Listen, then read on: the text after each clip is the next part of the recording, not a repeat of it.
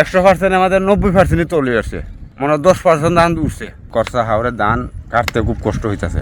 আমরা কৃষক মানুষ, আমরা তো এই কর্সা হাওরের আমরা ভবিষ্যতের চিন্তা করতেছি। আমরা কর্সা হাওরে যদি ধান সুন্দরভাবে তুলতে পারি, আমরা ভবিষ্যৎ ভালো হইতো। মেঘের পানি যাওয়ার মতো কিন্তু সিস্টেম না, যাওয়ার মতো কিন্তু পরিবেশ নাই। বান্ধা পানি যাওয়ার মতো যদি পরিবেশ থাকতো তাহলে যাইতো, যাওয়ার কোনো সিস্টেম নাই। আবার তো সব ডুবে গেছে, খাল বার নাই গিয়া পানি যাওয়ার কোনো সিস্টেম নাই। এখন আমরা কৃষকরা মানে চলার কি হালা আছে হইতাছে।